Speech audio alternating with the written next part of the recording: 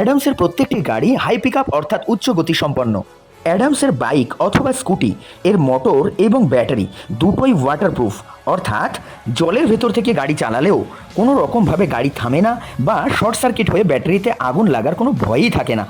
Last 1,40,000 গাড়ি বিক্রির পর অ্যাডামস ব্যাটারি এবং মোটর সম্বন্ধে এতটাই কনফিডেন্ট যে ওয়াটারপ্রুফের দিক থেকে আমরা সম্পূর্ণ পরিমাণে নিশ্চিন্তে থাকতে পারি যে এই গাড়ি নিয়ে যে কোনো ঝড় জল বৃষ্টির মধ্যে দিয়ে আমরা গতিময়তার সঙ্গে এগিয়ে যেতে পারি আগের দিকে নিশ্চিন্তে।